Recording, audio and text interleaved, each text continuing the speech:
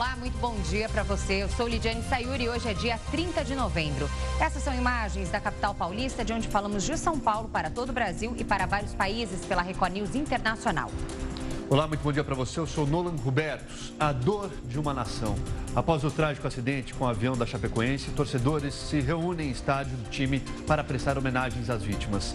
71 pessoas morreram e 6 permanecem hospitalizadas.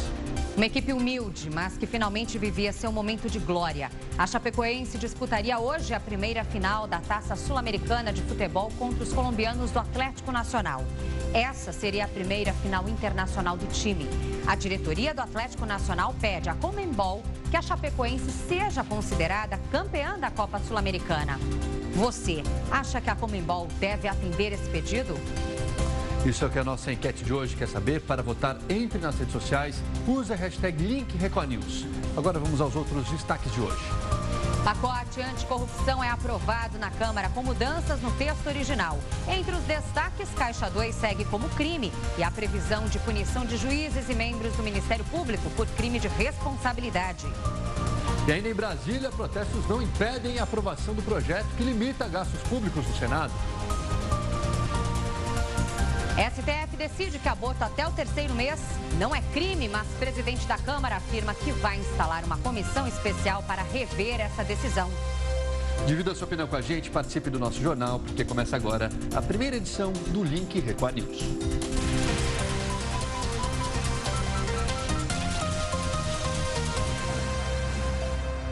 Abrimos essa edição do Link Record News, infelizmente falando sobre a maior tragédia do futebol brasileiro, que deixou para trás o sonho de um time de conseguir o primeiro título internacional. O número de vítimas foi atualizado. O avião que caiu na Colômbia com a equipe da Chapecoense e profissionais da imprensa levava 77 pessoas. Apenas 6 sobreviveram.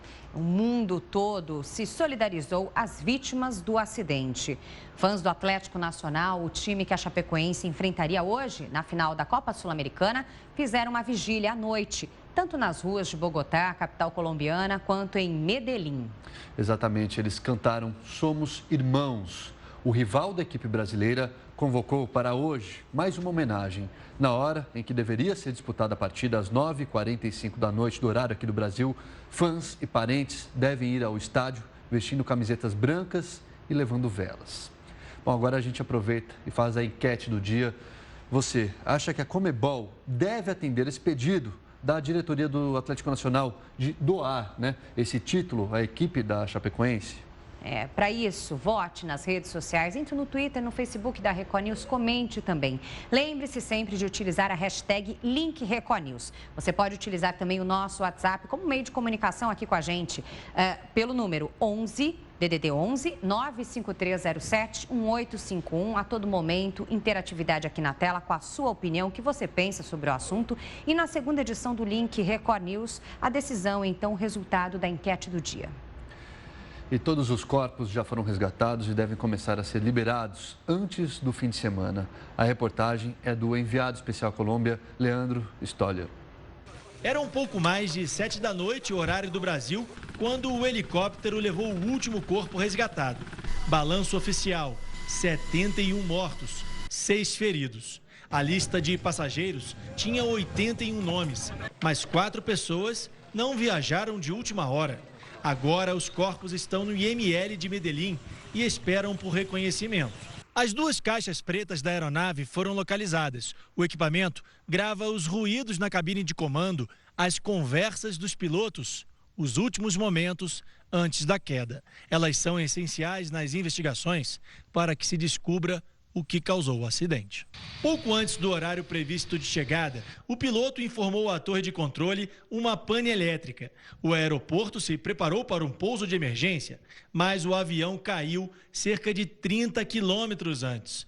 A hipótese é de que a aeronave tenha perdido a estabilidade sem que o piloto conseguisse retomar o controle. Essa órbita pode ter acontecido por um problema ou técnico, elétrico, hidráulico, mecânico, que fez com que a tripulação entrasse num procedimento de órbita para gastar o combustível. As investigações ainda estão em estágio inicial. Além dos dados das caixas pretas, os depoimentos dos sobreviventes podem ajudar a explicar o que aconteceu. Uma tentativa de pouso, onde a aeronave venha num ângulo que a gente conhece como se fosse de pouso. E impacta um obstáculo qualquer inadvertidamente, por exemplo, eu tenho uma distribuição linear. Pedaços da aeronave vão ficando para trás, ela fica mais desagregada. A Companhia Aérea Boliviana é uma operadora de pequeno porte, conhecida por oferecer custos menores e flexibilidade nos voos fretados para os clubes de futebol. Numa rede social da empresa, fotos com delegações de países e times latino-americanos. Aqui, um registro do avião com a seleção argentina. Messi e outros craques voaram com o mesmo piloto.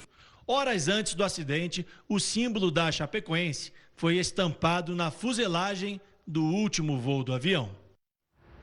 E técnicos da Inglaterra, onde o avião foi fabricado, viajaram para a Colômbia para ajudar nas investigações. Especialistas disseram que a aeronave não era apropriada para voar longas distâncias.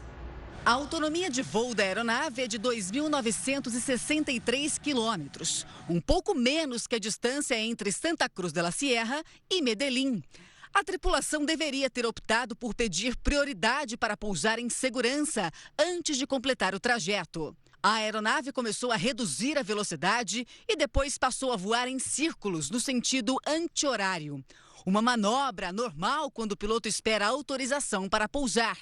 Depois disso, a queda foi brusca. O piloto Miguel Quiroga, dono da companhia aérea, era genro do ex-senador boliviano Roger Pinto, asilado no Brasil há 3 anos. Quiroga era um ex-oficial da Força Aérea Boliviana e era casado com uma das filhas do ex-senador. Ao longo desta edição do Link Record News, mais informações e detalhes de toda a repercussão sobre o acidente envolvendo o time da Chapecoense. Bom, agora a gente segue ao vivo para Curitiba, no Paraná, onde está a Fabiana Vantucci, que traz os destaques de hoje por lá. Olá, Fabiana. Nolan, Lidiane, bom dia para vocês, bom dia a todos. Olha, a gente acompanhou aí várias homenagens à Chapecoense após esse trágico acidente. E olha, aqui em Curitiba tem homenagem programada também. Vários eventos criados em uma rede social convocam os curitibanos a prestarem uma homenagem ao time na próxima quarta-feira, dia 7 de dezembro. Nesta data, o clube disputaria aqui na capital a final da Copa Sul-Americana contra o Atlético Nacional da Colômbia. De acordo com o Coritiba, a homenagem não é oficial, mas nas redes sociais está marcada para acontecer no estádio Major Couto Pereira, em Curitiba, onde seria disputada a partida decisiva. O clube estuda a possibilidade de abrir o estádio e se diz solidário às manifestações, mas afirma que ainda vai avaliar a melhor forma de realizar o evento. O estádio do Coritiba foi escolhido pela Chapecoense para a realização da partida, já que a Arena Condá, casa dos catarinenses, não comporta o público mínimo de 40 mil pessoas exigido pela Conmebol. Vários eventos foram criados com o nome Homenagem à Chapecoense. O maior deles tem quase 10 mil confirmações de presença. E agora, mudando de assunto, vamos falar de Lava Jato. Movimentação intensa na Justiça Federal do Paraná nesta quarta-feira. O juiz Sérgio Moro interroga durante todo o dia várias testemunhas nos processos contra o ex-deputado Eduardo Cunha e também contra o ex-presidente Lula. As audiências do processo contra Lula tiveram início às 9h30 da manhã. Nesta quarta-feira, Moro interroga 9 testemunhas de acusação desta ação penal. Entre elas estão o pecuarista José Carlos Bunlai e o empresário Armando Magri. As acusações contra o ex-presidente são relativas ao recebimento de propina da empreiteira OAS por meio de um triplex no Guarujá, no litoral de São Paulo, e do contrato de um depósito para armazenamento de bens presidenciais. Armando Magri é dono da Talento Construtora. Em um depoimento ao Ministério Público de São Paulo, que iniciou as investigações contra Lula, ele afirmou ter visto a ex-primeira-dama Marisa Letícia no apartamento triplex. Bunlai já foi condenado na Lava Jato por ter feito um empréstimo que foi repassado ao Partido dos Trabalhadores. Agora pela manhã, 5 testemunhas prestam depoimento na sede da Justiça Federal em Curitiba. Bunlai será ouvido por videoconferência, já que ele cumpre prisão domiciliar em São Paulo. À tarde, a partir das 2 horas, Moro retoma a audiência do processo contra Lula para ouvir mais 3 testemunhas de acusação, entre elas 2 ex-executivos da construtora OAS que trabalhavam na empresa na época em que as supostas irregularidades teriam ocorrido. Olha, e ainda no período da tarde, o juiz Sérgio Moro vai interrogar 2 testemunhas de defesa na ação penal contra o ex-deputado Eduardo Cunha. Entre essas testemunhas aí estão o ex-presidente Lula e, novamente, o pecuarista José Carlos Bunlai. O processo contra o ex-deputado Eduardo Cunha é relativo ao pagamento de propina proveniente de um contrato para exploração de petróleo na África. Segundo a denúncia do Ministério Público Federal, Cunha usou contas na Suíça para lavar o dinheiro recebido no negócio. As audiências referentes a esta ação penal começam a partir das 5h30 da tarde. O juiz Sérgio Moro vai interrogar primeiro o pecuarista José Carlos Bunlai. Em seguida, Moro ouvirá o ex-presidente Lula. Esta será a primeira vez que Lula prestará depoimento na Lava Jato. Assim como no caso de Bunlai, o depoimento do ex-presidente será por videoconferência. E esses foram os destaques de hoje aqui do Paraná. Nolan e Lidiane, voltamos no estúdio com vocês. Bom trabalho a todos por aí. A gente se vê amanhã. Bom trabalho, Fabiano. Obrigada pelos destaques. Obrigado, Fabiano. A gente se vê amanhã. O pacote de medidas anticorrupção foi aprovado às 4 horas da manhã no plenário da Câmara, depois de muitas discussões. Por isso, a gente segue a Brasília para conversar com a repórter Vanessa Lima, que tem mais detalhes. Vanessa. Olá, pessoal do Link Record News. Quase todas as propostas dos promotores foram alteradas. Uma das medidas que foi aprovada é a que permite que juízes e integrantes do Ministério Público possam responder por crime de abuso de autoridade. Os deputados rejeitaram a proposta que previa acordos do tipo delação premiada para empresas e também recompensa para denúncias de irregularidades. Já a criminalização do Caixa 2 foi aprovada sem anistia para eleições anteriores. Também foi aprovado que desvios superiores a 10 mil salários mínimos sejam considerados como crimes hediondos. O texto ainda precisa passar pelo Senado. Voltamos ao estúdio da Record News. Muito obrigado, Vanessa, pelas suas informações. E ao longo da madrugada, os deputados aprovaram diversas modificações ao texto e incluíram temas polêmicos, como, por exemplo, a punição a juízes e membros do Ministério Público por abuso de autoridade. Vamos ver os argumentos. Quantos de nós aqui não teve a sua honra assassinada, vilipendiada, execrada, em virtude de uma acusação irresponsável? Eu já disse aqui, mas eu vou repetir. Eu respondi 8 anos à acusação de peculato, mais 8 anos de improbidade administrativa. E a semana passada, o Supremo Tribunal Federal recusou a denúncia por ser improcedente.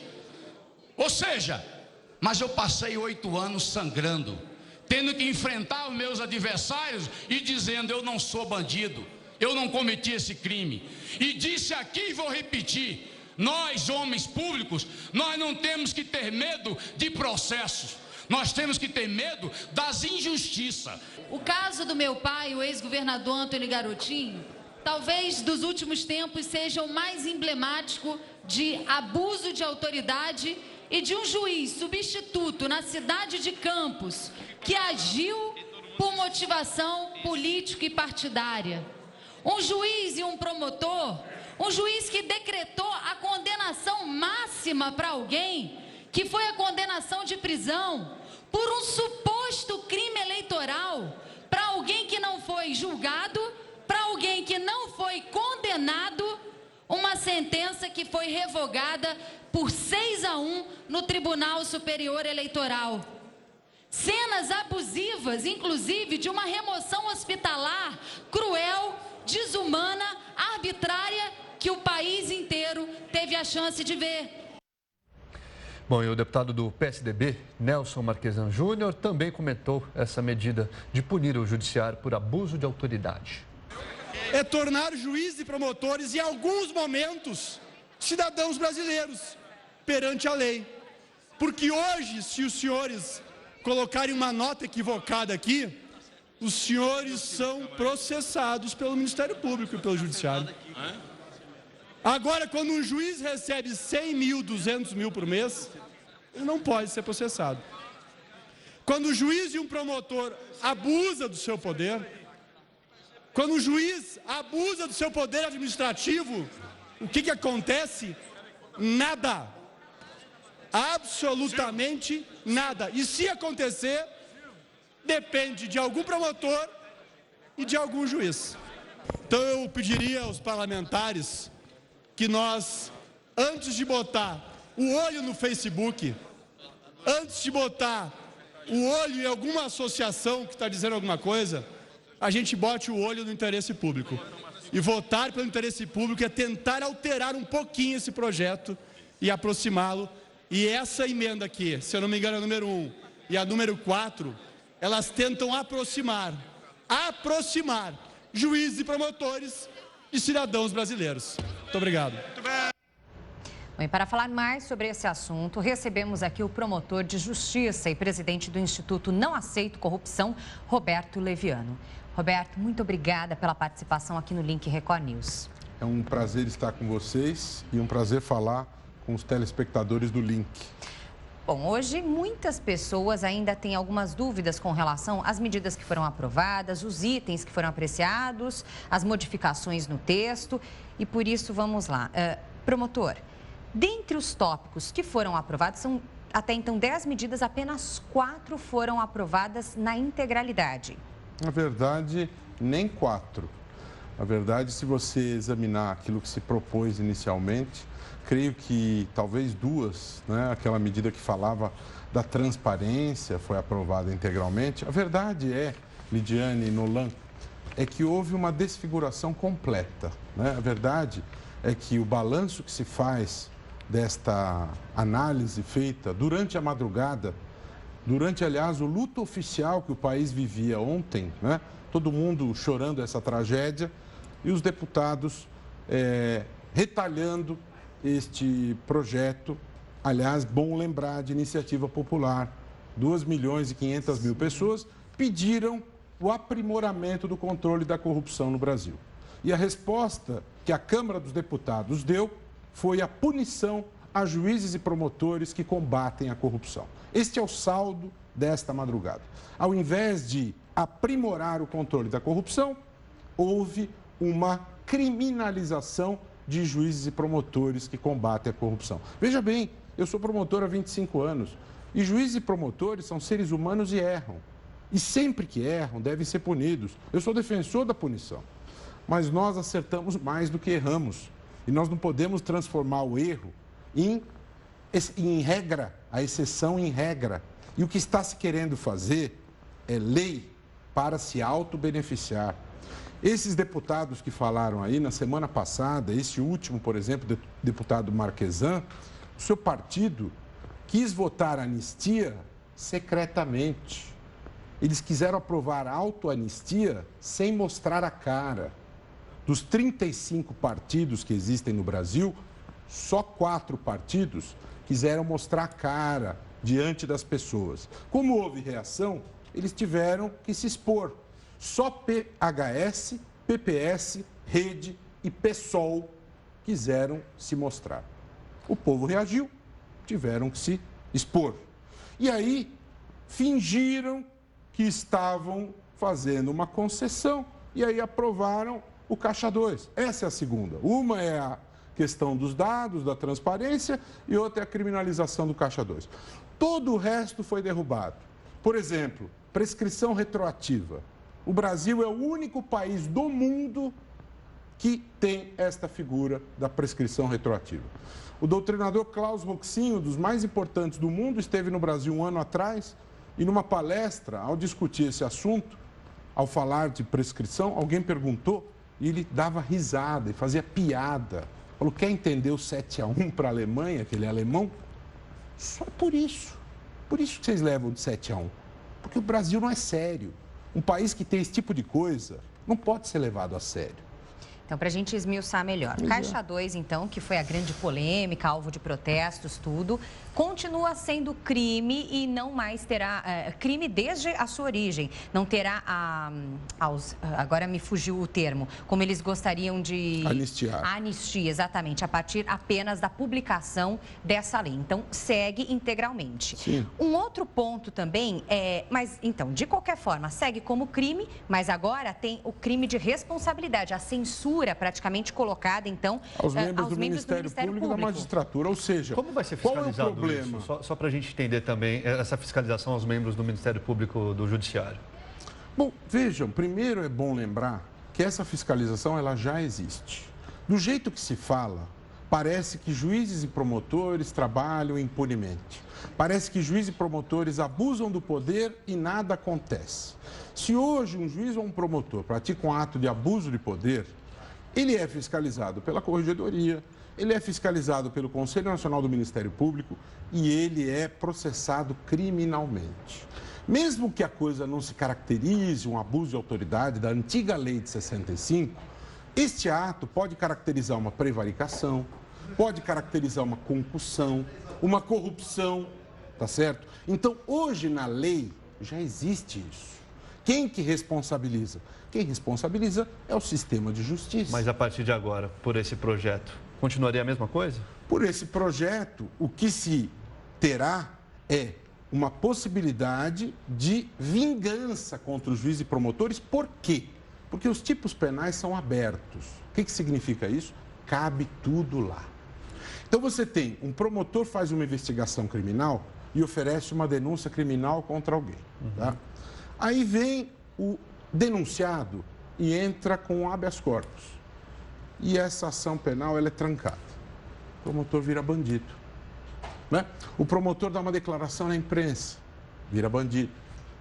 O advogado não consegue ter acesso aos autos, o promotor vira bandido, o juiz vira bandido. Ou seja, de forma clara, a Operação Ameaça. Lava Jato, nesse momento, então, perderia todo o poder. O que se quer é ameaçar e deixar de joelhos os juízes e promotores de justiça do país, procuradores da República. É isso que se quer. Amesquinhar. Vejam, se examina aquilo que aconteceu na Itália, na Operação Mãos Limpas, é exatamente igual. Quando o espectro da corrupção começou a se investigar todo o espectro partidário, aconteceu exatamente a mesma coisa. Reação do espectro político para enfraquecer a justiça. É igual. Existe uma reação de quem está acuado, as investigações estão chegando nessas pessoas e eles reagem fazendo uso abusivo do poder que eles têm. Abuso de autoridade e o abuso da autoridade de fazer lei. Porque quem tem autoridade também é o legislador. E o abuso de fazer lei em benefício próprio. Não se pode fazer lei para se autobeneficiar. Isso não é admissível. Lembrando que essa bomba cai no colo do presidente Michel Temer, né? Primeiro o Senado. Primeiro temos o Senado. O Brasil paga um custo altíssimo por um sistema bicameral. São poucos países no mundo que têm o bicameralismo. Nós temos Câmara e Senado.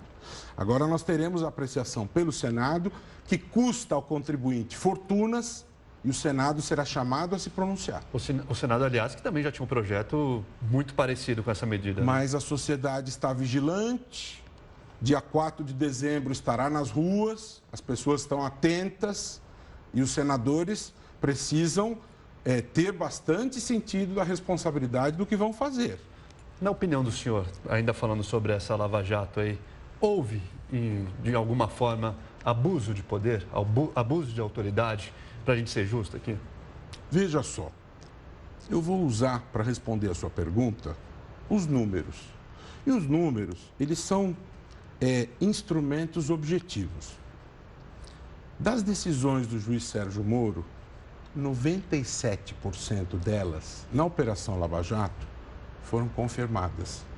Sendo que destas estão incluídas decisões dos ministros do Supremo.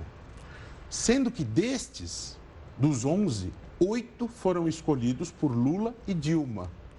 Portanto, o argumento do complô se dissipa, deixa de existir, tá certo? Se 97% das decisões são confirmadas, como é que eu posso dizer que houve abuso? Nós temos um duplo grau de jurisdição. As delações, as negociações de delações são todas filmadas. As pessoas colaboram espontaneamente. Houve gente que veio de fora do Brasil para colaborar. Como é que você pode dizer que não houve uma ampla defesa, que as pessoas não estiveram totalmente com o seu direito respeitado? O que se tem é o esperneio de quem foi surpreendido na prática criminosa.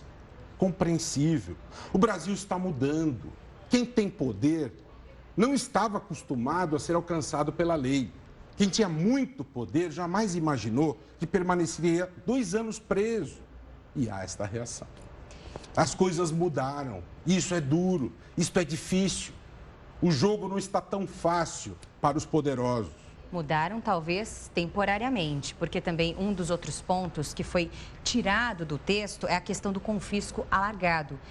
Ou seja, hoje o patrimônio conseguido por enriquecimento ilícito não pode mais ser tomado, então, dessa pessoa? Explica melhor pra gente. Lidiane, eu sou uma pessoa que tem um otimismo crônico, tá certo? Nós perdemos ontem uma batalha, mas nós não perdemos a guerra. Tá? O Brasil está evoluindo. Desde junho de 2013, as pessoas estão indo às ruas, estão mais conscientes, tiveram vitórias. Eu tenho absoluta confiança que nós reverteremos esta derrota ao povo que aconteceu nesta madrugada, durante o luto pela tragédia com a equipe do Chapecoense. Nós teremos ainda uma discussão deste tema no Senado. E teremos nas mãos do presidente Temer, que tem o poder constitucional e republicano do veto, essas questões. E depois disso, Lidiane e Nolan, ainda temos dentro do sistema de freios e contrapesos constitucional, temos a análise constitucional do Supremo. E, a meu ver, esses tipos penais criados neste capítulo novo que se colocou nesse destaque, sem nenhum debate legislativo, porque quando você cria lei, qual é o pressuposto? Debate. Parlamento é local do debate, não houve debate. Houve um golpe. Durante a madrugada se trouxe esta questão. Então, o deputado Lorenzoni tem razão no que ele disse, que o projeto todo foi desconfigurado. Aliás, a gente tem a fala do Lorenzoni, a gente pode ouvir agora, a gente vai acompanhar também o que o Lorenzoni disse a respeito disso. E o que eu estou aqui fazendo é tentar buscar racionalidade para uma decisão que vai afetar as investigações criminais no Brasil. E mentira! Que vai afetar os julgamentos no Brasil. Eu não estou dizendo que isso não precisa ser discutido e enfrentado. O que eu estou dizendo é que não no corpo das 10 medidas. Há um acordo, todos os 60 membros da comissão conhecem, da preparação de um projeto específico para discutir, atenção senhores, crimes funcionais de magistrados e procuradores, que vai ser aplicado num capítulo lá na lei de improbidade, que vai ser oferecido para a Câmara, que nós esperamos que a mesa diretora monte uma comissão especial, faça um debate frente a frente, chama o Ministério Público, chama o Judiciário e discute a constitucionalidade, o tipo penal, a especificação, a qualificação e principalmente os filtros e quem é que vai julgar. Não cabe ao Parlamento brasileiro, num momento tão bonito e tão alto, aonde o Parlamento responde a mais de 2,5 milhões de brasileiros que fizeram esse projeto chegar aqui, se valer desse projeto para dar um cala-boca em quem investiga, para ameaçar quem está julgando. O que vão fazer os procuradores? Não vão denunciar para não colocar sua carreira em risco. O que vão fazer os juízes? Não vão julgar para não colocar as suas carreiras em risco? É isso que nós queremos? É esse o objetivo? Aqui há uma Constituição que nos estabelece limites ao poder de legislar. Aqui está uma emenda que, na verdade, será conhecida no Brasil todo como uma emenda anti-investigação, uma emenda contra o combate à corrupção, uma emenda do mal. Por favor, senhoras e senhores, vamos fazer a coisa certa. Vamos aguardar para discutir outro projeto. Vamos preservar o projeto das 10 medidas de combate à corrupção.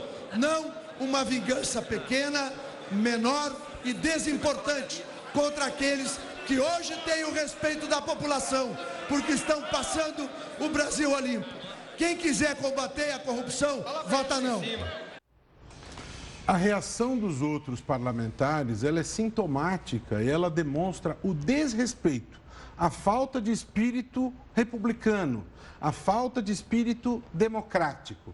Algumas falas de outros parlamentares deixaram transparecer aquilo que os levou aos votos. Um deles disse: eu sofri nas mãos do Ministério Público e agora estou me vingando. É isso que ele transpareceu para a sociedade. Falo com o deputado e todos.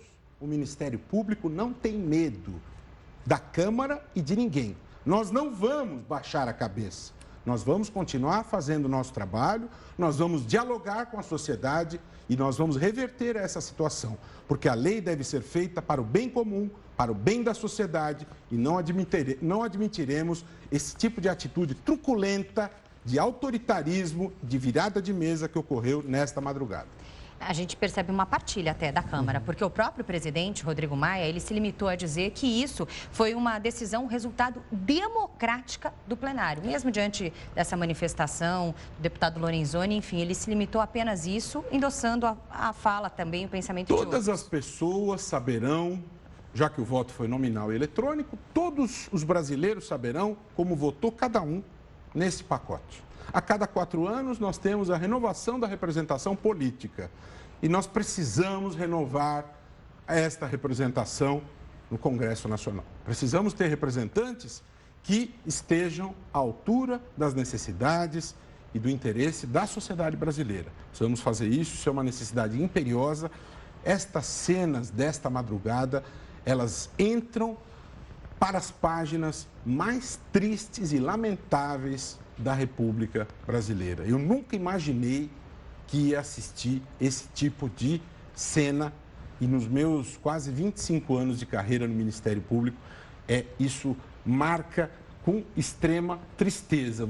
Eu via nos olhos de vários aí o ódio, o sentimento, o desejo de vingança contra instituições que fazem o seu trabalho honrado. Nós precisamos ser controlados, queremos ser controlados, mas não esse tipo de coisa. Isto é pequeno, isto é mesquinho, isto é baixo. Isto não é condizente com o exercício de uma função política. Isto não é fazer o bem comum. Uma sobreposição de valores que a gente pode ter visto aí nessa última madrugada. Pessoas, deputados, falando então para os próprios conhecedores das leis o que deve ser certo e o que deve ser errado? Uma total inversão de valores, Lidiane. Na verdade, houve uma expectativa da sociedade, as pessoas foram às ruas, os voluntários colheram assinaturas, são quase 3 milhões, há uma necessidade de ajuste punitivo do combate à corrupção e todo mundo esperava que houvesse uma resposta. Óbvio que não há uma obrigação de aprovar o pacote na íntegra. Óbvio que um debate, um ajuste aqui e ali, faz parte do jogo. Tá? Mas o que houve aí é uma total desfiguração. O pacote foi totalmente destruído. Totalmente destruído. O que sobrou inteiro foi a questão da transparência, a obrigação da justiça de apresentar dados e a questão do Caixa 2, por causa da reação da sociedade na semana passada. E a ameaça, a mordaça aos juízes e membros do Ministério Público. É isso que ficou. Né? Ou seja, nós é que mandamos. Né? Eu vi uma cena de um Brasil coronelista. Eram os coronéis, né? Querendo dizer que nós é que mandamos, nós estamos acima do bem e do mal, né? Nós é que damos as cartas e ninguém está acima de nós. Não é bem assim. No Brasil existem leis, existe justiça, o Ministério Público não se acovardará, nós não vamos baixar a cabeça e essas cenas tristes e lamentáveis desta madrugada, nós vamos reconstruir os danos causados por elas. Nós não permitiremos que isto prevaleça. Agora, na opinião do senhor, há uma guerra aí entre poderes? Há uma crise de valores, há uma situação extremamente lamentável. Não podemos dizer que são todos. Mesmo na semana passada, como eu disse, faço questão de destacar, 4 partidos fecharam posição e se posicionaram pela transparência. Voto identificado. Quando houve a reação da sociedade, aí tiveram ontem que se identificar e pagar o preço disto, né? E mesmo nessas votações, em que o relatório Onix foi vencido, em todos os destaques foram aprovados, você vê que a diferença foi extremamente elástica, né? Mas não foi unânime. Há um grupo de mais de 100 parlamentares que seriamente tiveram este compromisso em relação ao avanço, à modernização, né? Mas o que eu enxergo é que você tem uma grande margem de parlamentares que estão preocupados com a delação da Odebrecht, que está por ser divulgada, com suspeitas, né? Muitas dessas pessoas não quiseram aparecer na semana passada, tá certo? Então, você tem aí um conflito de interesses. Como é que essas pessoas suspeitas fazem leis? A lei tem que ser feita para o bem comum, Nolan, né? A lei não pode ser feita para o alto benefício. Há um conflito de interesses óbvio, né? Os poderes têm que se equilibrar e isso aí está quebrado, né? O respeito a essas regras elementares está quebrado. Isso que aconteceu aí é absolutamente lamentável. Tá ótimo, doutor Roberto, muito obrigada pelos esclarecimentos. Nós conversamos aqui com o promotor Roberto Liviano. Muito obrigada pela participação, seja sempre bem-vindo aqui ao Link. Eu quero aproveitar a audiência de vocês e convidar todos os telespectadores. O Instituto Não Aceito Corrupção está promovendo a segunda corrida e caminhada Não Aceito Corrupção, dia 11 de dezembro. Queremos que todos participem. Além de ser uma atividade saudável, é uma coisa importante, cuida do coração, da saúde, reúne os amigos, a família, www.corridanãoaceitocorrupção.com.br. Dia 11 de dezembro, porque dia 9 de dezembro é o Dia Internacional de Combate à Corrupção. Portanto, dia 11, espero todo mundo lá, sair daqui do estádio do Pacaembu, 5 quilômetros, 10 quilômetros ou caminhada. Obrigado pelo convite, foi uma honra participar aqui do debate com vocês. Muito obrigada, muito obrigada. Obrigado. A gente segue aqui com outros destaques, ainda falando sobre Brasília, porque o Senado aprovou a PEC com 61 votos favoráveis e 14 contra. A proposta estabelece que as despesas da União só devem aumentar de acordo com a inflação do ano anterior. Bom, isso inclui os gastos com saúde e educação, mas os dois setores só se enquadram nas regras a partir de 2018. A PEC ainda precisa ser votada em segundo turno, previsto para o dia 13 de dezembro. E houve confronto também em Brasília entre policiais e manifestantes contrários à emenda que congela os gastos públicos federais por 20 anos. Carros estacionados em frente ao Congresso Nacional foram incendiados e a polícia utilizou bombas de gás lacrimogêneo. Um grupo de pessoas com o rosto tampado, alguns vestindo preto, começaram a jogar objetos na polícia, que não reagiu. Logo em seguida, esse mesmo grupo depredou um carro de reportagem da Record. O veículo foi virado e destruído. Monumentos públicos também não escaparam do vandalismo. 2 carros foram incendiados. Para dispersar os manifestantes, os policiais jogaram gás lacrimogênio. Houve correria. A polícia atirava bombas de efeito moral e manifestantes revidavam com estilingues, paus e pedras. O helicóptero da Polícia Militar e a cavalaria foram chamados. Este manifestante enfrentou a polícia. Este outro foi preso. Ministérios foram depredados, banheiros químicos destruídos e queimados e usados como barricadas. Foram cerca de 10 mil pessoas aqui em frente ao Congresso Nacional. Foi formado um cordão de isolamento para que os manifestantes não invadissem o prédio. No plenário, a base aliada culpou a oposição pela manifestação violenta. O presidente Michel Temer repudiou os atos de vandalismo. A intolerância não é forma de expressão democrática e não pode ser instrumento para pressionar o Congresso. Bom, a Associação Brasileira de Rádio e Televisão criticou os atos de vandalismo praticados contra a imprensa e a depredação do carro de reportagem da Record TV. A instituição pede às autoridades uma apuração rigorosa desse caso. O Link Record News faz agora uma pausa para os nossos apoiadores e volta em instantes. A seguir você vai ver, a STF decide que aborto até o 3º mês não é crime. E ainda mais informações sobre o acidente envolvendo o avião da Chapecoense. A gente volta daqui a pouquinho, agora 11h51. Até já.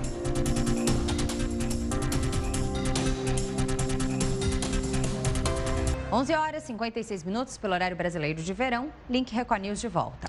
Uma brasileira que está passando férias na Colômbia usou a internet para desabafar.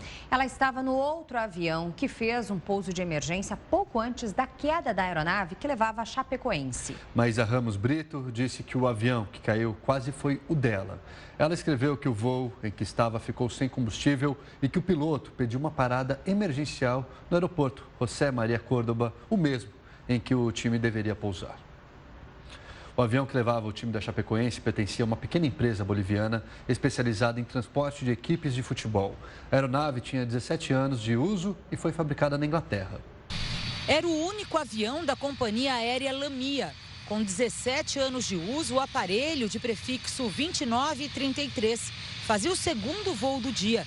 Fabricado na Inglaterra em 99, essa aeronave foi primeiramente vendida para uma companhia americana.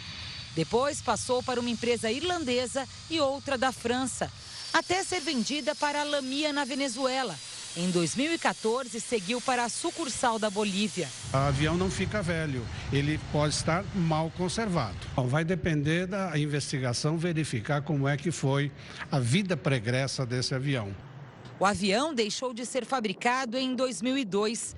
A aeronave ainda é bastante utilizada para voos curtos em todo o mundo. Até agora, a versão Avro 85, a utilizada pela delegação da Chapecoense, não tinha registro de acidentes graves. O avião é um dos mais bem-sucedidos na aviação civil britânica. Esse avião, para você ter uma ideia, é o que transportava a família real inglesa. Então, ele é um avião seguro. Um avião voltado para pistas curtas, para operar em regiões com pouca infraestrutura e montanhosa. A Lamia é uma empresa que foi inicialmente constituída na Venezuela, mas que há 7 anos mudou sua sede para a Bolívia. Este é o certificado que autoriza a empresa a fazer voos não regulares, domésticos e internacionais. Desde 2015, se especializou no transporte de times de futebol sul-americanos. O prefeito de Chapecó, que desistiu de embarcar horas antes, já tinha voado com o mesmo comandante. Ele era da Força Aérea Boliviana, um cidadão muito equilibrado, muito tranquilo, transmitia isso tanto na fala quanto nas atitudes e principalmente pilotando, né? Nós ficamos mais de 14 horas voando, não tivemos nenhum sobressalto, né? Fizemos voos tranquilos com ele. O piloto chega a pedir a ajuda do prefeito para conseguir fazer o voo direto do Brasil para a Colômbia, o que não é permitido pela ANAC. Eu vou estar esperando aqui em Santa Cruz. O processo desse pedido que a gente fez tem que sair porque aí está a aprovação para a gente entrar em Foz do Iguaçu e ir até Chapecó. Por favor, prefeito, dá uma força aí para a gente poder entrar, né? Numa rede social da empresa, fotos com delegações de países e times latino-americanos. Aqui um registro do avião com a seleção argentina. Messi e outros craques voaram com o mesmo piloto há 2 semanas. Horas antes do acidente, o símbolo da Chapecoense foi estampado na fuselagem do último voo do avião. A gente possa, o mais rápido possível, trazer pelo menos o conforto das famílias em ter, pelo menos o corpo dos seus entes queridos, né? Para nós é muito doloroso isso, mas nós precisamos ter força agora em enfrentar isso. A partir de agora, parte da nossa rede fica com a programação local. Bom, agora a gente fala com Shailon Ian, que é engenheiro aeronáutico, para tentar analisar essas possíveis causas desse acidente. Muito obrigado pela presença do senhor aqui no Link Record News. Primeiramente, ontem a gente ouviu a notícia aí de pane seca. Aí depois logo essa notícia teria sido de que não foi pane seca, que talvez o piloto tivesse despejado esse combustível. Aí, mais tarde, foi divulgado também que o modelo dessa aeronave não tinha esse dispositivo para despejar combustível.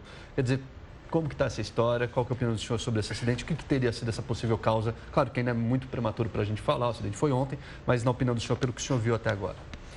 Boa tarde, obrigado pelo convite. Boa tarde.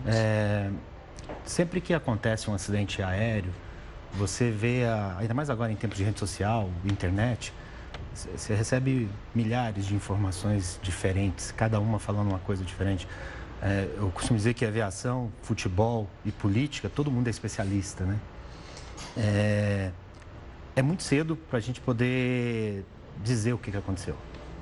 O que a gente pode, talvez, seja traçar alguns cenários, que é o que os investigadores estão fazendo agora.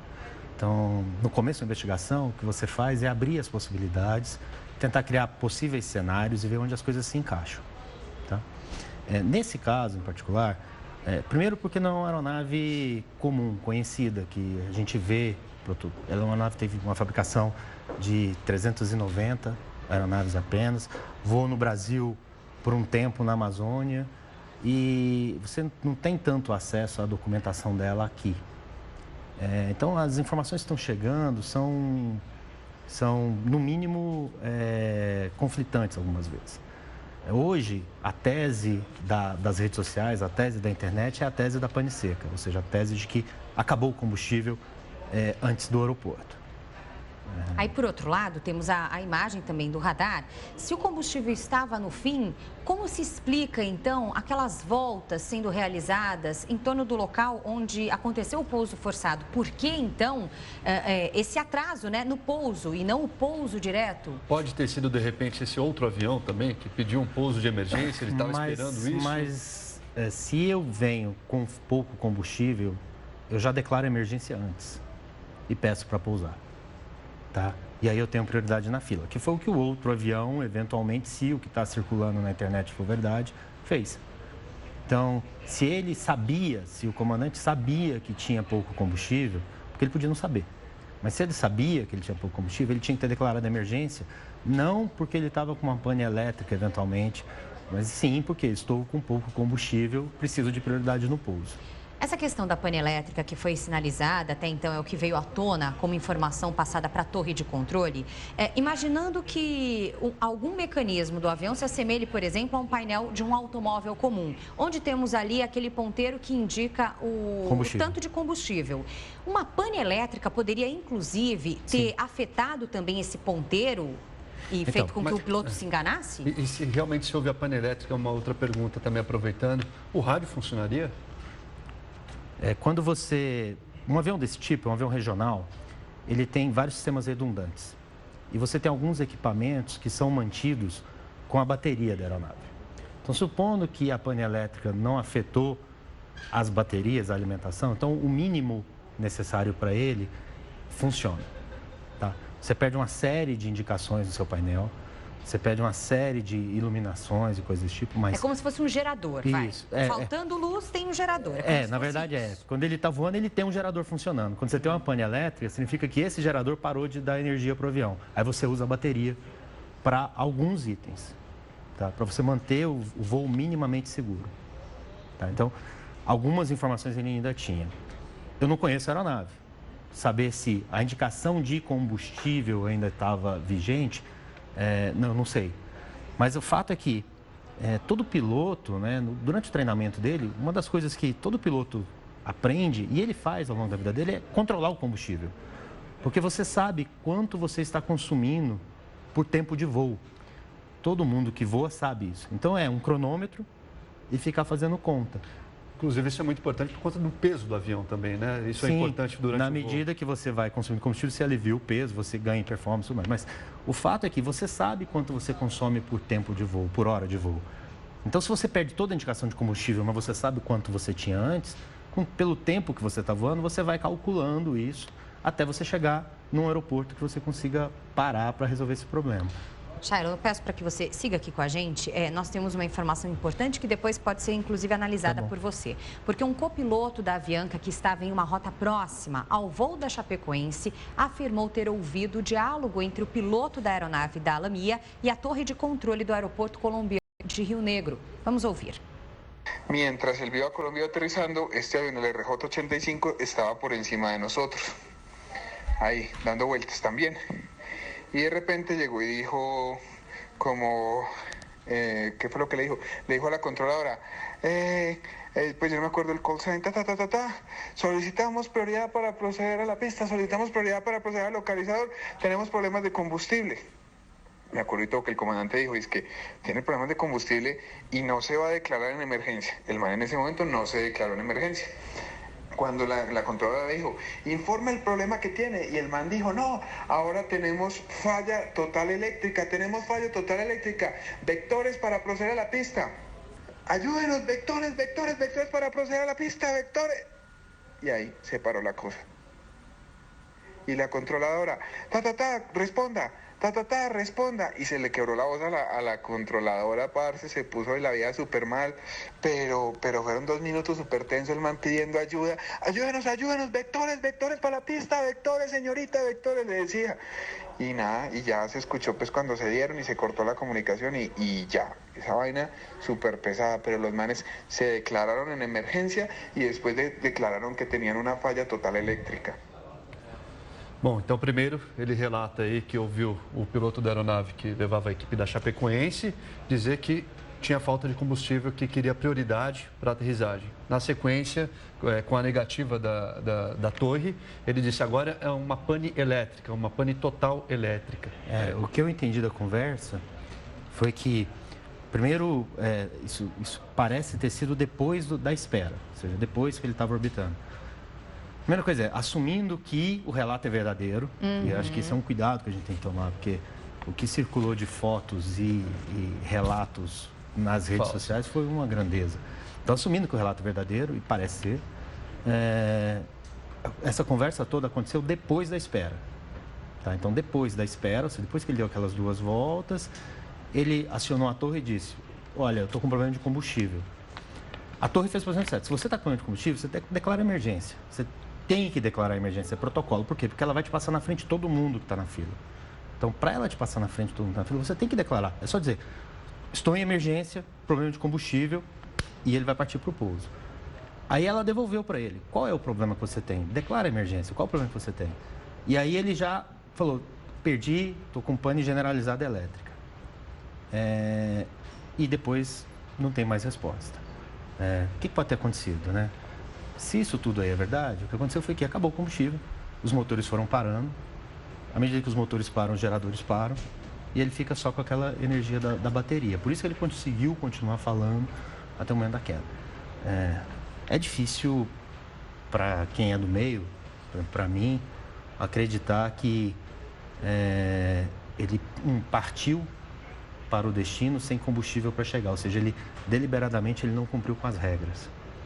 Mesmo não colocando a ocupação máxima, porque é uma aeronave que poderia levar 100 passageiros, isso, ou 72? Ele colocou menos, então pensando naquela potência e otimização de combustível com relação à carga. Não faz sentido, porque o que você tem nas redes sociais também, na internet, é que o alcance dessa nave seja de 3 mil quilômetros. E o destino dele estaria próximo de 3 mil quilômetros. Se isso é fato... É muito justa essa conta, ele né? já saiu errado. Qual seria a margem ideal? Por exemplo, claro que supondo que... A regra internacional, basicamente, né, varia de país para país, de local para local. Vamos falar do Brasil. Eu tenho que sair da onde eu estou. Então, como é que eu calculo o combustível que eu preciso? Eu vou fazer São Paulo, Goiânia. Então, eu tenho que calcular quanto combustível eu preciso para fazer São Paulo, Goiânia, mais o combustível para fazer uma alternativa, por exemplo, Brasília, mais 45 minutos de combustível para o caso de eu ter que ficar circulando. Então, eu nunca... Se eu vou sair São Paulo, Goiânia, e meu avião só cabe combustível para fazer São Paulo, Goiânia justo, eu não consigo fazer esse voo dentro da regra. Por exemplo, uma queda de energia no aeroporto, você não consegue pousar e aí você tem que circular. Se eu tiver que circular, eu vou cair. Mas agora não consegue fazer esse voo dentro da regra.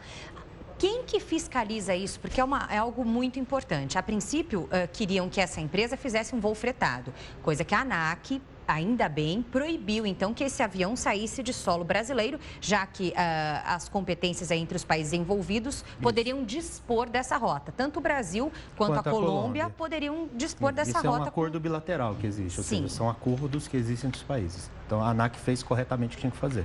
Essa primeira parte, então, corretamente. Mas aí o voo, então, seguiu de Santa Cruz de la Sierra deveria chegar, então, até Medellín, na Colômbia. Uma vez que o piloto fale que está tudo ok, basta, então, a orientação e todas essas colocações feitas apenas pelo piloto para que ele siga com o voo? Ninguém mais, a partir disso, tem o poder de fiscalizar e barrar esse voo? Vou fazer uma analogia para você. Como é que funciona o sistema de certificação? Como é que você qualifica as coisas? Então, primeiro, é como se fosse uma cebola com várias camadas. Então, você tem o proprietário de uma aeronave. Eu compro a minha aeronave para voar comigo, com a minha família e tudo mais. Qual o nível de fiscalização que eu sofro? Eu sofro um nível de fiscalização, vamos dizer assim, básico. Eu tenho as regras que eu tenho que seguir, tá? E eu, como piloto, sou o responsável pelos meus voos. Então, a responsabilidade é toda minha. Isso está no Código Brasileiro de Aeronáutica. No caso, ele era dono da empresa e piloto também, isso, né? Mas no caso, ele é uma empresa. A gente chega na segunda camada, vamos dizer assim, da cebola, que eu comprei um avião pequeno, menor ainda do que esse, transporta até 15 passageiros, e eu vou oferecer esse avião como fretamento, ou seja, um táxi aéreo. Tá? Eu já tenho que ter um nível a mais de regulamentos a seguir. E aí, a minha empresa passa por uma certificação junto à autoridade aeronáutica. Isso funciona assim aqui, funciona assim praticamente todos os signatários de um acordo que existe com uma entidade, um organismo internacional, chama Organização de Aviação Civil Internacional. Ok, que isso muda? O exemplo que eu dou é o seguinte: eu abri uma lanchonete e eu vou abrir uma rede de lanchonetes. Suponha que eu tenha uma autoridade de fiscalização de lanchonetes. Eu tenho dois jeitos de fiscalizar se eu, como dono da minha lanchonete, estou fazendo as coisas direito. Eu coloco um fiscal na porta de cada lanchonete e provo cada hambúrguer que sai lá de dentro. Tá? Impossível. A segunda coisa é, eu estabeleço regras e padrões e de tempos em tempos eu vou lá na lanchonete e vejo se ela está seguindo as regras dos padrões. Se ela não tiver, eu multo, eu fecho. A mesma coisa acontece com a aviação. Não dá para olhar avião por avião. É a mesma coisa que você olhar sanduíche por sanduíche. Não dá. Então, quando você se propõe a ser uma empresa aérea, você vai lá e obtém a certificação junto à autoridade aeronáutica. Você escreve um monte de procedimentos e processos. Ali está escrito o que você tem que seguir. No caso dessa empresa, ali estava escrito como é que ele fazia para liberar os voos. Tá? Então, a responsabilidade é da empresa e do comandante da aeronave. E lá tem as regras. Olha, para sair de tal lugar para tal lugar, você tem que ter quanto de combustível? Tem que ter combustível para chegar lá, mais alternativa, mais um tempo de espera. Pode variar de país para país, mas isso tinha que estar lá. Quando é que isso é fiscalizado? Quando a autoridade aeronáutica vai lá na empresa e faz vistoria. Isso acontece uma vez por ano, 2 vezes por ano, depende. Então, a fiscalização se dá nesse nível. Não se dá voo a voo, partida a partida. É inviável, né, fazer isso. Então, é assim que funciona. Quanto maior é o avião que você vai operar, maior é o nível de certificação que você tem que cumprir. Maiores são os requerimentos. Pelo menos deveriam ser maiores, exatamente. né? É assim que funciona. Shalom, muito obrigada pelos esclarecimentos, então. Vamos aguardar agora a perícia, o trabalho que deve ser realmente feito, analisando cada detalhe. Muito obrigada mais uma vez pela participação. Obrigado a vocês. Até a próxima. E, bom, espero que não tenha uma próxima tão próxima. Sim. Tomara. Obrigado. Bom, o Link Record News faz agora uma pausa para os nossos apoiadores. A gente volta daqui a pouquinho e a seguir você vai ver as cinzas do ex-líder da Revolução Cubana, Fidel Castro, começam a percorrer hoje o país. E ainda julgamento de Elise Matsunaga chega ao 3º dia. Os detalhes em instantes aqui na tela do Link Record News. Até já. Meio-dia e 19 minutos, Link Record News de volta na sua tela. De volta falando agora das cinzas do ex-líder da Revolução Cubana, Fidel Castro, que começam a percorrer hoje o país. Nessa terça-feira, uma cerimônia reuniu líderes mundiais, como mostra agora o enviado especial à Havana, Eduardo Ribeiro. Na noite caribenha, um desfile de autoridades. e de homenagens. Mi carinho, mi respeto, mi admiração a Fidel. 57 anos depois de chegar a Havana numa carreata ao lado do irmão mais velho, Fidel, Raul Castro foi quem discursou sobre o legado da Revolução. Encabeçou uma revolução socialista de los humildes, por los humildes e para os humildes. Os 9 dias de luto cubano significam também uma vigília. Algumas dessas pessoas estão na fila há pelo menos 5 horas e não têm ideia de quanto mais vão permanecer aqui até que consigam avançar e render suas homenagens a Fidel Castro. Algumas delas, inclusive, vieram ontem e voltaram a visitar, trazendo parentes. É o símbolo cubano respeitado e mantido nas filas de homenagem. No calor escaldante, jornal na cabeça e muitas sombrinhas. Alguns se rendem, mas aos 87 anos, apenas 3 anos mais nova que Fidel, Rita lembra o próprio comandante quando fala. Foi um homem que ajudava todos, diz ela emocionada. Porque foi um homem que se lo dava a todo mundo. O turista brasileiro provou um pouco da radicalidade cubana na fila. Nossa, tinha uma senhora de branco ali que brigou com os outros da fila porque estava falando mal. Mas respeito ao comandante. Este outro tem na ponta da língua a frase de efeito do ex-comandante. Hasta la vitória sempre. E o julgamento de Elise Matsunaga entra no 3º dia. Ontem foi um momento crucial para a defesa e a acusação provarem se ela premeditou ou não o crime contra o marido. No 2º dia, os jurados ouviram uma das principais testemunhas desse julgamento, o delegado Mauro Gomes Dias, responsável pela investigação do crime em 2012 e por indiciar Elise Matsunaga por homicídio e ocultação de cadáver. No depoimento de mais de 5 horas, o delegado apresentou detalhes sobre a apuração do caso e disse que Elise atirou em Marcos assim que o marido chegou em casa trazendo uma pizza. É uma arma automática, é uma pistola. E arma automática tem trava e tem que colocar a bala na agulha. Portanto, tem que fazer um movimento de recuo da parte superior do cano para deixá-la pronta para o disparo. De modo que, quando ele chega, ela já tinha destravado a arma, já havia recuo do cão para que o disparo acontecesse. E ela dá o disparo que vem atingir a cabeça dele. De maneira que não foi uma explosão de emoção. Foi algo que, enquanto ele foi buscar a pizza, ela foi buscar a arma, preparou e ficou ali, esperando para pegá-lo de surpresa. Segundo o delegado, a distância do tiro foi entre 15 e 20 centímetros da vítima e contraria a versão de Elise, que diz ter atirado a cerca de 2 metros de Marcos. A distância e a posição em que Elise estava quando atirou no marido podem indicar se o crime foi mesmo premeditado. Elise completou nesta terça-feira 35 anos de idade. Durante a sessão, ela chorou em alguns momentos. Na apresentação das fotos do corpo de Marcos Matsunaga, pediu para se retirar da sala. Voltou 1h30 depois, mas também não participou do 2º depoimento a pedido da própria testemunha, o irmão do empresário, Mauro Matsunaga. Mauro acompanhava o casal desde o início do relacionamento. Contou que Elise e Marcos pareciam um casal feliz. O fato dele ter um caso fora do casamento, isto não significa que ele não era um bom pai, que ele sempre tratou ela com respeito, que ele nunca agrediu. Também foi ouvido Luiz Carlos Lózio, funcionário da empresa de Marcos Matsunaga. Foi ele quem reparou, em uma noite de pizza na casa de Elise, que o saco de lixo usado lá era o mesmo em que estava o corpo de Marcos Matsunaga. E o presidente da Câmara, Rodrigo Maia, afirmou em plenário na madrugada desta quarta-feira que vai instalar uma comissão especial com o objetivo de rever a decisão tomada pelo Supremo Tribunal Federal nesta terça-feira sobre o aborto. Pois é, o Supremo decidiu que praticar aborto nos 3 primeiros meses de gestação não é crime.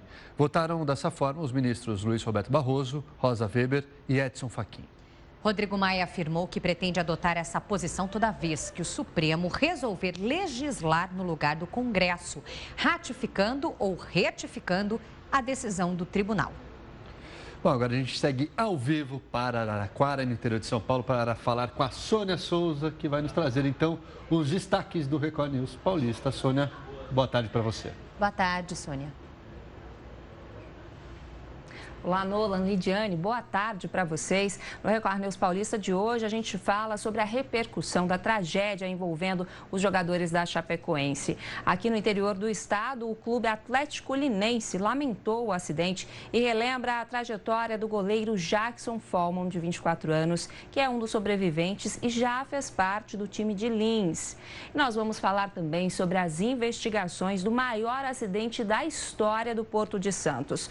O acidente aconteceu no ano passado e o trabalho de combate às chamas durou 9 dias. Na ocasião, toneladas de peixes morreram e agora o Ministério Público Estadual quer que a empresa responsável pague uma indenização bilionária por causa dos prejuízos ambientais causados. Todos os detalhes a gente mostra no Record News Paulista daqui a pouquinho, à 1h da tarde. Até lá. Até lá, Sônia. Obrigada pelos destaques. Bom trabalho por aí. Bom trabalho, Sônia. Bom, e o Link Record News faz agora uma pausa para os nossos apoiadores. A gente volta daqui a pouquinho. A seguir, a repercussão do acidente com jogadores da Chapecoense nas redes sociais. Até já. Até já.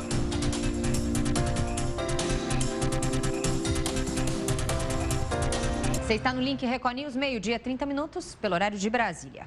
Link Record News de volta, a gente volta com interatividade. A gente perguntou aí no início dessa edição sobre o Clube Atlético Nacional, que se dispôs então a entregar o título da Copa Sul-Americana à Chapecoense. A gente perguntou para você então se você acha que a Conmebol, que ficou de avaliar essa situação, deve realmente aprovar isso. Se o título da Copa Sul-Americana deve mesmo para a Chapecoense. Você pode participar com a gente pelas redes sociais, hashtag Link Record News, ou então também pelo nosso WhatsApp. O telefone aparece aí na sua tela, DDD 11 95307 1851.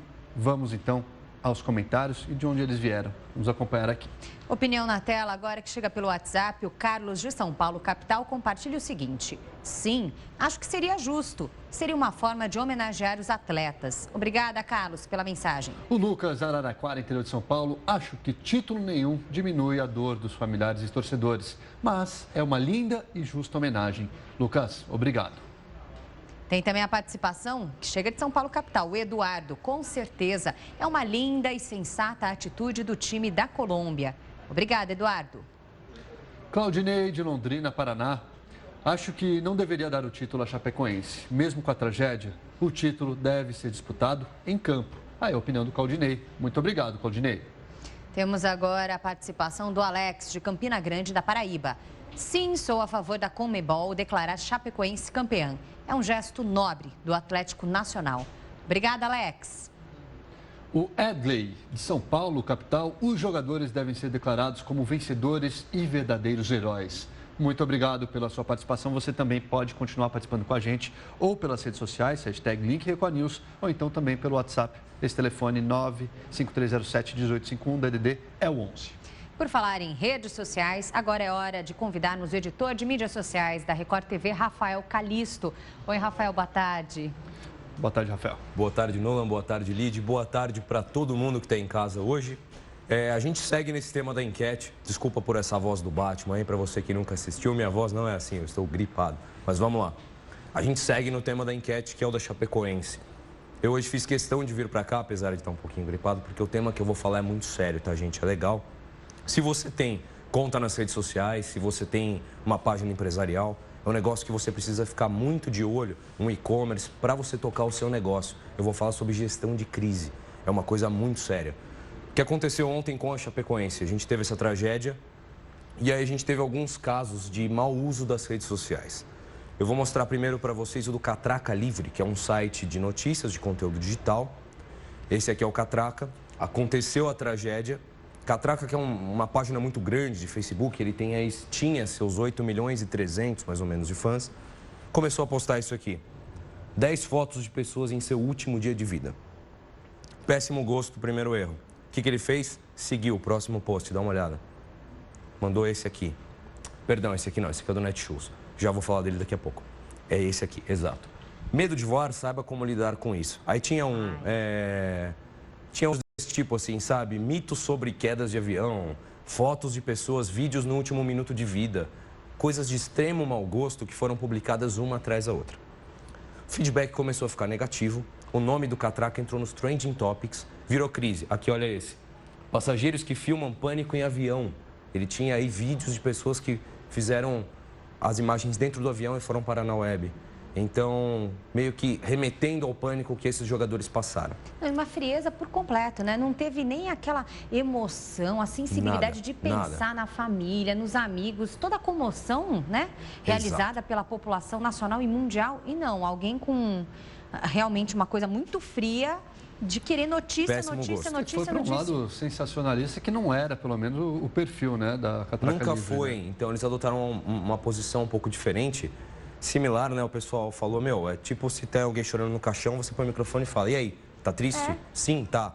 Então, eu vou pedir para manter essa carta aqui atrás, que é o seguinte. O Catraca resolveu se posicionar. Vamos lá, crise. A minha empresa, eu estou gerindo meu negócio, ele entrou numa enrascada na web. O que eu faço? Eles resolveram falar. Falaram que eles achavam que aquilo era jornalismo, que eles estavam certos e insistiram no erro. Foi pior ainda.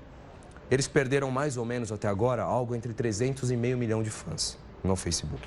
Esse é o tamanho da porrada, tá? Para quem trabalha com isso é um prejuízo muito grande, porque isso traduz em dinheiro.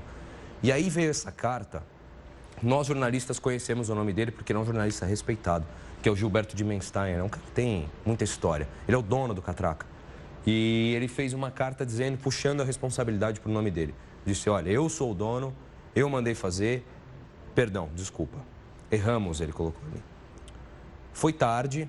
Hoje, se você entrar no Instagram do Catraca, no Twitter do Catraca, no Facebook do Catraca, é só xingamento. Hashtag Catraca lixo virou um motim virtual ali. Então, o Catraca se meteu numa enrascada muito grande. Vou mostrar o do Netshoes para depois a gente discorrer. O Netshoes foi o seguinte, ele estava vendendo a camiseta da Chapecoense. Essa aqui. 129, de repente estava 249 depois da queda do avião. Eles se saíram dizendo o seguinte, olha, estava na Black Friday, automaticamente os produtos da Black Friday voltam para o preço. Mesmo assim, tiveram também que fazer uma carta de retratação. Falando, olha, nosso intuito não foi lucrar com a morte, então, aqui está a carta deles, tá? Respingou ali, não foi legal, mas a da Catraca Livre foi um pouco pior, vou explicar para vocês.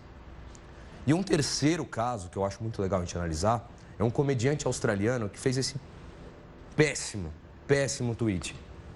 Avião carregando jogadores de futebol cai na Colômbia. Sobreviventes foram ouvidos chorando. Pênalti, pênalti. Essa foi a brincadeira que ele resolveu fazer.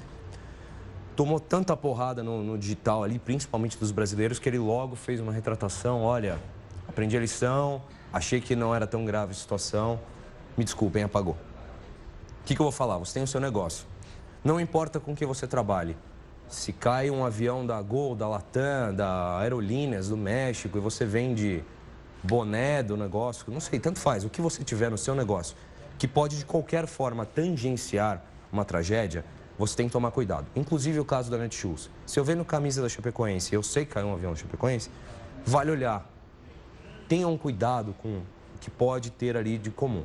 Se você não tem a ver com uma tragédia, tentar embarcar naquele buzz que a gente chama, naquele volume de comentários, só porque está acontecendo, como o Catraca fez, falou assim, caiu um avião, vou começar a lançar tudo que eu tenho aqui de avião. Não é legal. Tome cuidado, às vezes o silêncio ele é mais precioso do que você tentar lucrar em cima. Então, assim, mesmo com a voz muito ruim hoje, eu falei, tenho que levar esse recado para os nossos telespectadores, porque ele é muito importante. Você deve ter sua página de Facebook, deve ter o seu perfil comercial. Pensa, hoje todo negócio tem um perfil no Instagram, então é um negócio que todo mundo está sujeito. Toma cuidado com o que você posta. Se acontecer algo polêmico, fica de olho, vê como você vai se posicionar e posicionar a sua empresa em relação a isso. Então você pode ser vítima de um desses.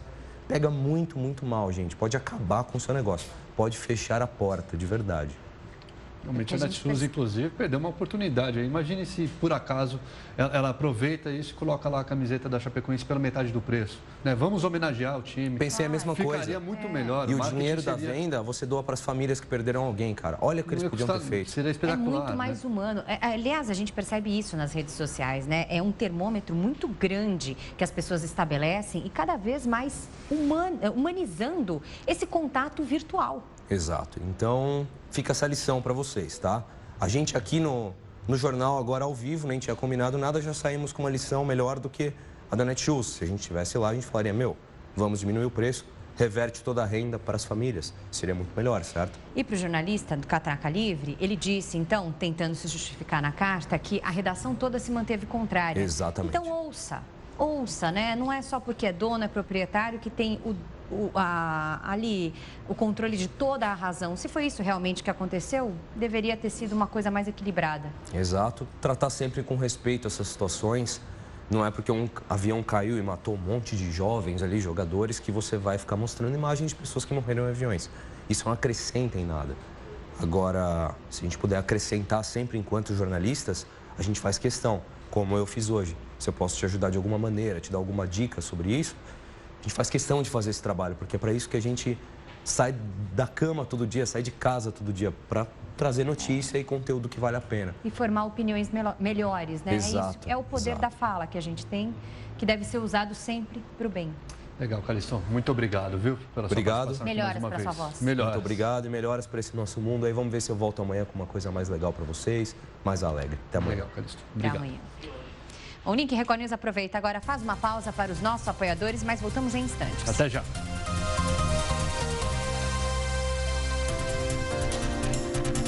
Meio-dia, 45 minutos, você está no Link Record News.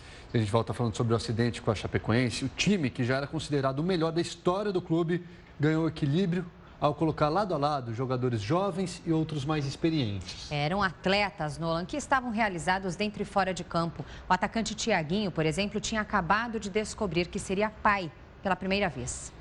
Natural da cidade de Trajano de Moraes, na região serrana do Rio de Janeiro, o jogador Tiaguinho tinha 22 anos. O vídeo gravado na semana passada pelos companheiros de time mostra o atacante recebendo a notícia de que seria pai pela primeira vez.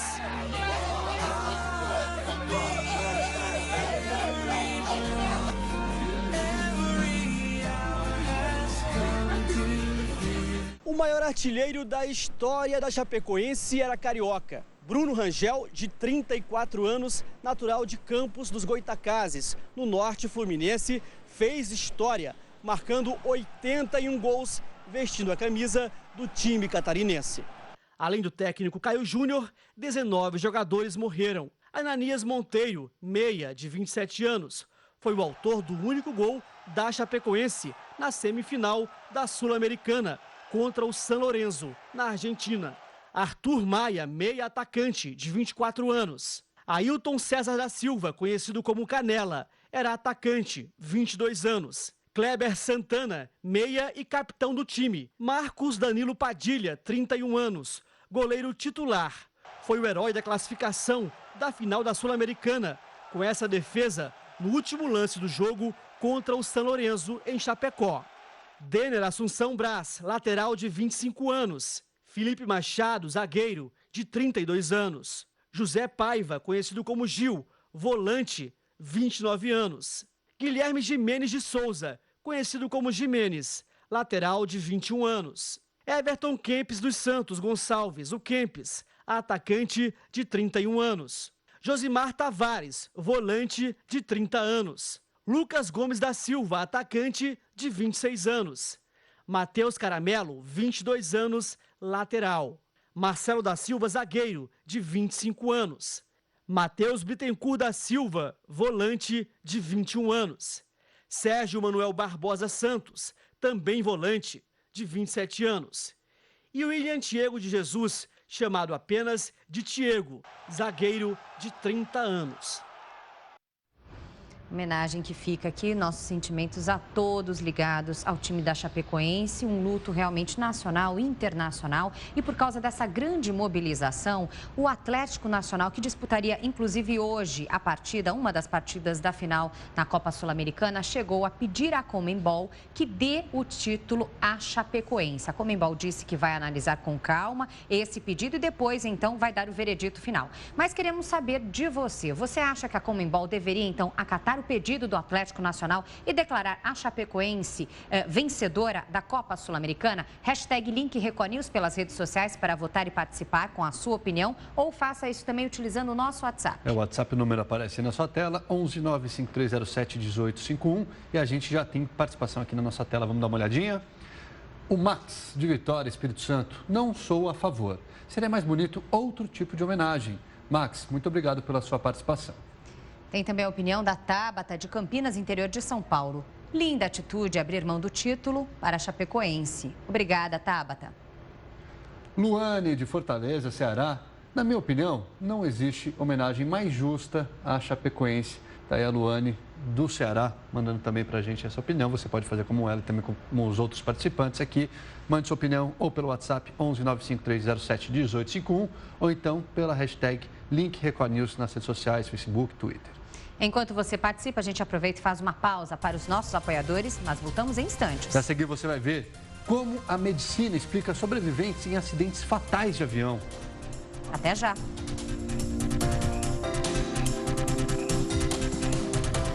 Meio-dia, 55 minutos, pelo horário brasileiro de verão. Link Record News de volta. Acidentes aéreos são tragédias em que dificilmente existe a chance de se encontrar sobreviventes. São pouquíssimos casos no mundo. No acidente com o avião do time da Chapecoense, 3 jogadores, 2 tripulantes e um jornalista saíram com vida. Como a medicina explica isso? Um piloto que sobreviveu a 2 acidentes diz que é milagre. O que dizer quando alguém sobrevive a um acidente aéreo? Milagre? Sorte? E quando não foi só um, mas 2 acidentes? Piloto há 40 anos, Jorge viu a morte de perto, a primeira vez numa queda de helicóptero. Eu saí do helicóptero, eu não via, porque durante ele não para. Aquela hélice, virando aquele barulhão, e eu fiz assim, achando que um pedaço de hélice fosse entrar no avião e me cortar. Foi em 1965. Ele jamais imaginaria que anos depois, em 2008, passaria por outro susto.